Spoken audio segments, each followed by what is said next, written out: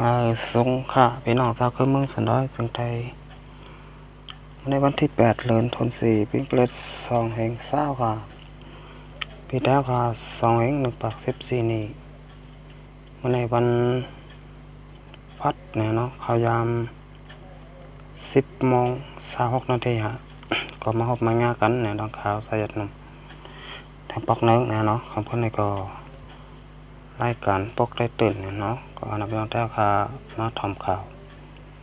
การบ้านการเมืองการศึกกว่าสำคัญทางค่ะคุณว่าพี่น้องแต้วค่ะกำพองก็เตะรับเตะนอนกันยาวเนี่ยเนาะก็ข่าวยามหน่อยเนี่ยเนาะกำพองก็ตึกเป็นนอนก็เตะมีอยู่เนี่ยเนาะข้อข่าวข้อที่1เนี่ยเนาะปางตึกตีในเสเบงปลัดว่าเนี่ยเนาะปางตึกซึกมาได้ซึกหลักแข่งเนี่ยเนาะมีคนหมัดเจ็บโลตายเนี่ยเนาะครับปางตึกในเสเบงปลัดว่าเนี่ยเนาะมีคนมึงหมัดเจ็บ8 ก้อโลตาย7 ก้อเนี่ยเนาะยันปางตึกซึกมาได้ซึกหลักแข่งเนี่ยเนาะอันเป็นอยู่ที่ในเสเบงปลัดว่ามึงแข่งเสียเฮ็ดหาพอไม่คนบางในปนตีมา18 ก้อลูกตาย7 ก้อวันในคนบางในปนตีก้อ1 รัดในว่าวันที่7 เดือนธันวาคม2/20เดือน5ม่อนเราปีใต้2/1/14นี้ย้ำกลางในมก8 โมงต่อถึง10 โมงนั่นซึกมาได้ซึกหลักแข่งเป็นปักตะกันตีหิมบานนั้นแข็งบ่าเสเวงไปเล็ดว่ามึงแข็งวันในไหว้เส2 ภายและเป็นปักตึกกันยาวถึงมาเข้ายาม6 ค่ำมก4 โมงนั่นซึกมาเอาเฮิร์มิน2 ลำมาปล่อยหมักปุจยือองตี2 ภายเป็นปักตึกกันนั่นกระป๋องกับเป็นเสให้เท้าหมักลงตกใส่ในวันแดดก้นบานหมัดเจ็บลูกตายเสียมกาไผ่ไม้ปลาเฮิร์นก้นบานไหนก้นมึง8 ก็อันได้หมัดเจ็บยันปังตึกในย้ำเดี๋ยวไรส่งยดยาตัวไว้เตะห้องยาเว้งประเล็ดว่าในเยาเกี่ยวกับเลยลองก้นวันลาดว่าซึกมันเอาเฮิร์มินปล่อยหมักปุจยือในวันนั่นเสห้องการปนผ่าทับซึกมันลาดว่าซึกมันได้ซึกหลักแข่งเป็นพังตึกกันนะเสเวงประเล็ดว่าอันวันนั้นมันแมนอยู่ลองซึกมันเอาเฮิร์มินเสตึกยื้ออันวันนั้นก็มันแมนอยู่เสต้าก้อยกาคนบางไรมาเจ็บโลดตายยันปังตึกแต่อำเภอไรนินบานไหนข่ายซึกข้าผู้ต่างรัฐทับซึกหลักแข่งก็ลาดว่าเมื่อวันที่7 เดือนธันวาคม2/20เดือน5 ม่อนปีใต้2/1/14นี้ซึกมันอันมีไผ่ออกนำกลาตันและซึกหลักแข่งเป็นปังตึกกันเสนปังตึกนั้นไผ่ซึกมันมีลองตกซุ้มทั้งนำบานในเมื่อถึงมาเข้ายามกลางวัน11 โมงซึ่งมันเอาเฮิร์มินมาปล่อยหมักปุจยืออ่องที่เป็นปักตึกกันนั่นแหละทั้งหลายปุ่นตีอันอำไรเป็นเจเบ้งอันมีเนื้อเมืองหลักแข่งปอดห้องป้าเจมเบ้งไปแล้วว่าเมืองแข้งในลงปองจึงปิกอึดปัดแรงอินเทอร์เน็ตและตอนตาเตะถ่ายแคบหางและวิดีโอข้อมูลเปิงเป็นแต่คนในปุ่นตีเขามีลองอยากผุดตาเตะต่างรัฐเนแต่ในเย้าเนี่ยอันนี้ก็เอียงมาที่ข่าวของเว็บไซต์ได้แล้วเต็มต่างไว้นะเนาะเกี่ยวกับเรื่องรองปังตึกที่เมืองหลักแข่งนะเนาะปังตึกซึกมาได้ซึกหลักแข่งนะเนาะก็เป็นปังตึกกันมาอยู่เคยย้ายๆนะเนาะต่อถึงพ้องย่ำมาเร็วนี่ก็ปังตึกก็อำไปลดย่อมลงนะเนาะปังตึกปอกกำไหนเนาะให้ถ้าคนเมืองหมัด7 8 ก็เลยลูกตายกว่า7 ก้อเนี่ยเนาะทั้งหมดก็เป็น15 ก้อเนี่ยเนาะอันนี้ก็มองเตอ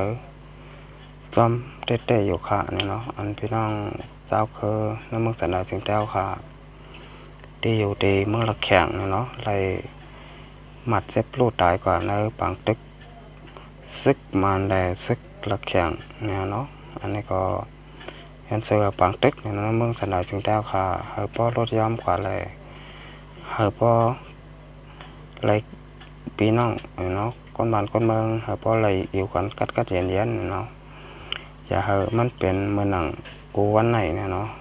พี่น้องคนเมืองค่ะไหลปลายไหลนี้ ไหลขี่ไหลมาย่านปางตึกเนี่ยเนาะเป็นจังไหลมากก็ปียาวเข้าหึงเต้ๆเนาะเข้าตาง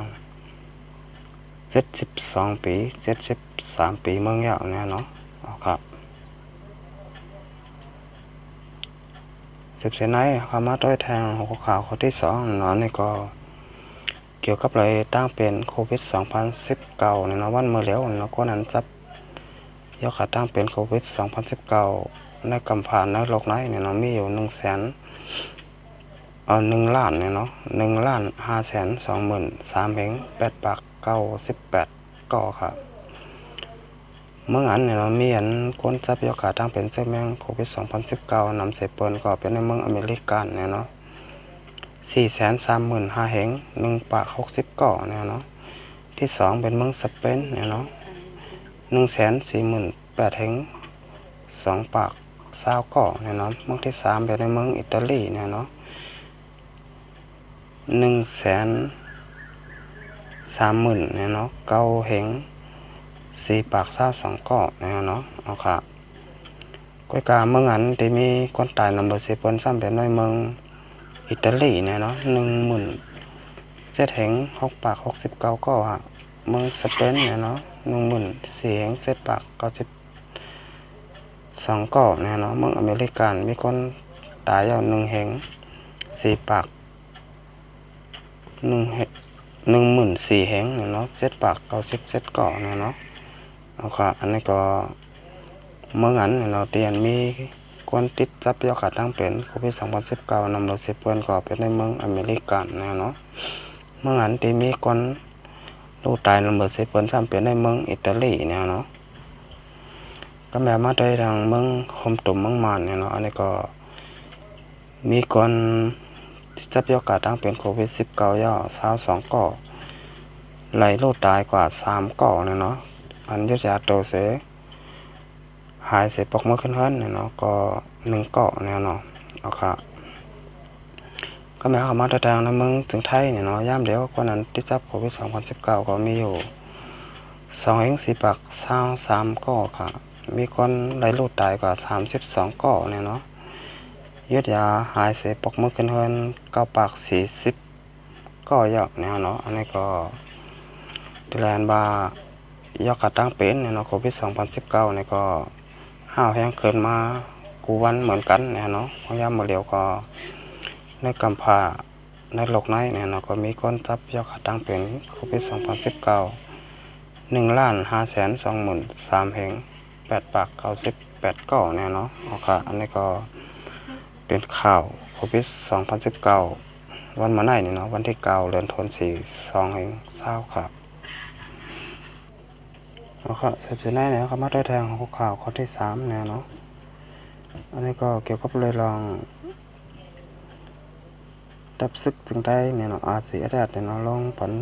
ตั้งหูก็ไม่คนเมืองเนี่ยเนาะลายกัดเคให้กังโควิด2019เนี่ยเนาะที่เมืองจึงได้ค่ะเนี่ยเนาะเอาค่ะเมื่อในวันที่วันที่8เนี่ยเนาะเดือนธันวาคม2020เดือน5รอง1 ค่ำเนี่ยเนาะ1 ปาก 14นี่เนี่ยเนาะฝ่ายอยู่หลีหมอยาของเสียคนจึงได้เนี่ยเนาะเลยกดทับปันป้ายอยู่หลีและปันความหูเกี่ยวเลยลองโควิด2019ตีพอเมก้นเมืองเนาะนั่งคืมเก่าเจเวงเมืองงอตา2 ปาก 48 ก็เนาะ1เนาะก้นเมืองขาก็ไว้สติน้ำยาอยู่ลมล้ำเนาะเขาอ่อนกันลมลาตัวหังผาหังมันเนาะข้อที่2ข้าวมีตังหยาบพุดในวันในเฮอหมอพร้อมกันใช้แถมกันเนาะข้อที่3จำบานจำเฮิรนเฮอเฮ็ดเติมลองมดสายนะเฮอยอกกาทั้งเป็นอย่าเพล่ำไหลง่ายเนาะข้อที่4เฮอกินปันน้ำแลซุกล่างมือเฮออยู่มดสายเสยตาเนี่ยเนาะ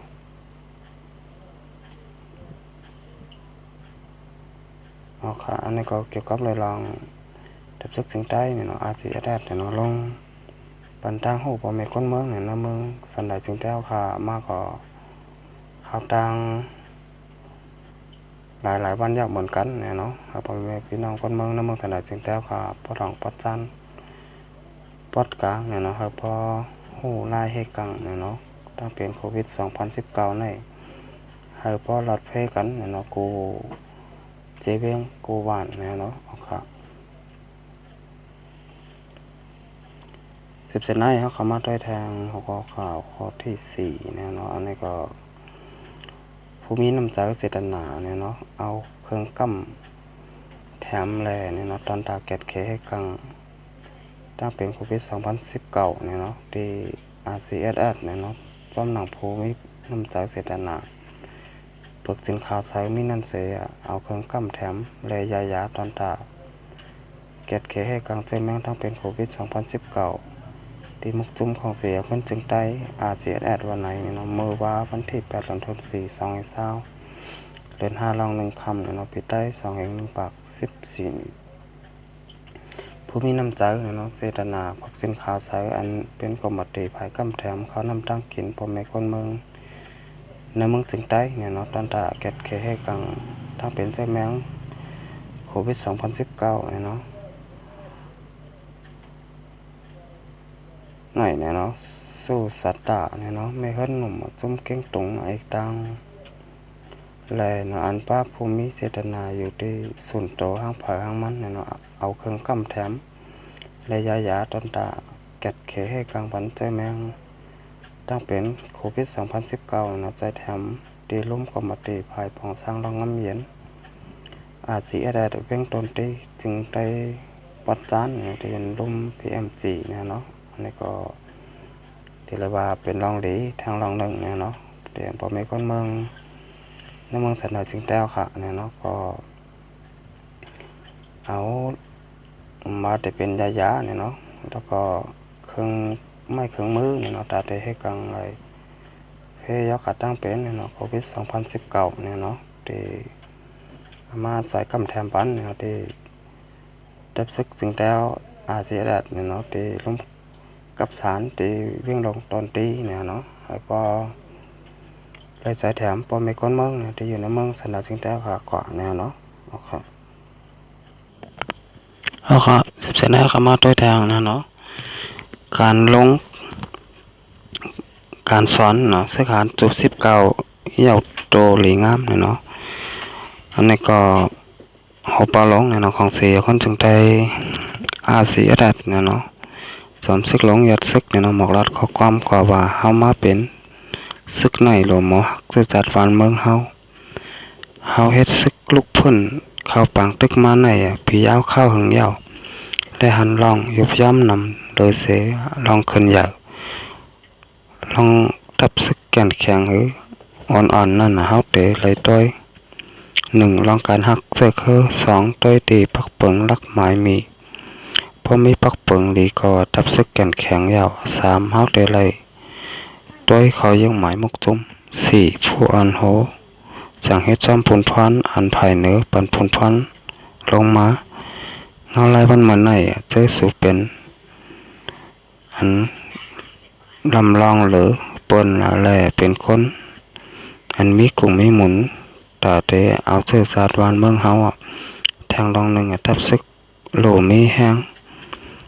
ลง1แห้งซึก2แห้งคนเมืองคำแถม3แห้งเงิน4แห้งกองกลางแห้งนอกเมืองใจกำแถม5โหลมีผู้อ่อนโหให้แก่นแข็งในยาวเนาะหรือนั่นมีฝูยาก้นหลงRCSSแทงหลายเจ้าก็เลยหมอกรัดข้อความปั่นแห้งใจก็ซึกเหมือนกันการสอนซึกหันจุด19ปอกกำ2นี่แหละ12ในปี2019ในมีลูกหลานพ่อแม่คนเมืองอันมีน้ำใจฮักตัวจัดวันเมืองกว่าขึ้นฮอตทุกสอนเฮ็ดเอาตั้งนำอยู่ยาวเนาะอันนี้ก็เดี๋ยวแลหันว่า การสอนซึกเนาะ19เนี่ยก็ยาวโตยาวหยาเคขาลีงามเนาะก็มีหัวปลาหลงเนาะสอนซึกหลงแต่ซึกเนาะก็มาหมอกรัดข้อความปันซึกหันเหมือเนาะตาเตหาเอาไปโหดังหันเนาะเสร็จแล้วเมื่อเจอในเมืองสันดอยจึงแต้วขาเนาะพอมือปก ป่องวานเมืองแลเนาะเมื่อเก็ดเขให้กลางปันพอแม่คนเมืองเฮอพอเลยอยู่กระเทียนเฮอพอรถไฟเขียนกว่าวันตาเมื่อนานั่นเนาะก็ซื้อหานเหมือนี่ก็เลยหับถอมเอาเนาะขอความเตียนจอมซึกลงแต่อย่าซึกเนาะหมอกลาดขอความหลายข้อเหมือนกันเนาะลาดเหนซื้อหานเหมือเฮอพอเลยเอามือใจตื้อเนาะตาวันตาเมื่อนาตาเตมือเก็ดเขวันเนาะแผ่นดินจึงใต้เฮาขานั่นเนาะแผ่นดินจึงใต้เฮอบ่มีคนเมืองเนาะเฮอบ่เลยอยู่กระเทียนเนาะเฮออย่าไปมีเพศเขียนมายามาเกาเหมือนหนังวันเมื่อไหนนะฮะเนาะเอาค่ะอันนี้ก็ที่เรียกว่าเป็นข่าวลี้ระดับพ่อแม่พี่น้องถ้าเขาเมืองสันดอยถึงใต้เอาค่ะที่อยู่ในเมืองสันดอยถึงใต้นะฮะเนาะเอาค่ะอันนี้ก็ได้มีศึกหันใหม่ในเนาะ19ก็ได้เข้ามือในเมืองสันดอยถึงใต้เอาค่ะแทงยาวนะเนาะเอาเมืองอำนาจนะเนาะเอาค่ะตันตะวันเมื่อไหร่นี่ก็ข้าใจหนุ่มเนาะรายการพวกได้ตื่นเนี่ยก็ได้ย้อนขึ้นเลยไว้ที่ไหนก่อนเนี่ยเนาะต่อพี่น้องแต้วค่ะเข้ามาต้อยเนี่ยเนาะคลิปวิดีโอข้าใจหนุ่มยาวเนี่ยก็จะกดติดตามปันเนี่ยเนาะที่ไรมีที่ไรต้อยวิดีโอใหม่ๆเนี่ยเนาะกูวันเนี่ยเนาะแล้วก็กดไลค์กดแชร์ปันเนี่ยเนาะก็เงินทำขอบใจถึงเนี่ยเนาะพี่น้องแต้วค่ะที่เข้ามากดติดตามเนี่ยเนาะช่อง YouTube ข้าใจหนุ่มเตะวายโยเนี่ยเนาะเอากองมนพี่น้องแต้วค่ะกูก็ก้อนเนี่ยเนาะตีมาใจกดติดตามและกดไลค์กดแชร์ฟันเนี่ยเนาะช่อง YouTube ข้าใจหนุ่มเนี่ยเนาะเอาค่ะมาส่งครับ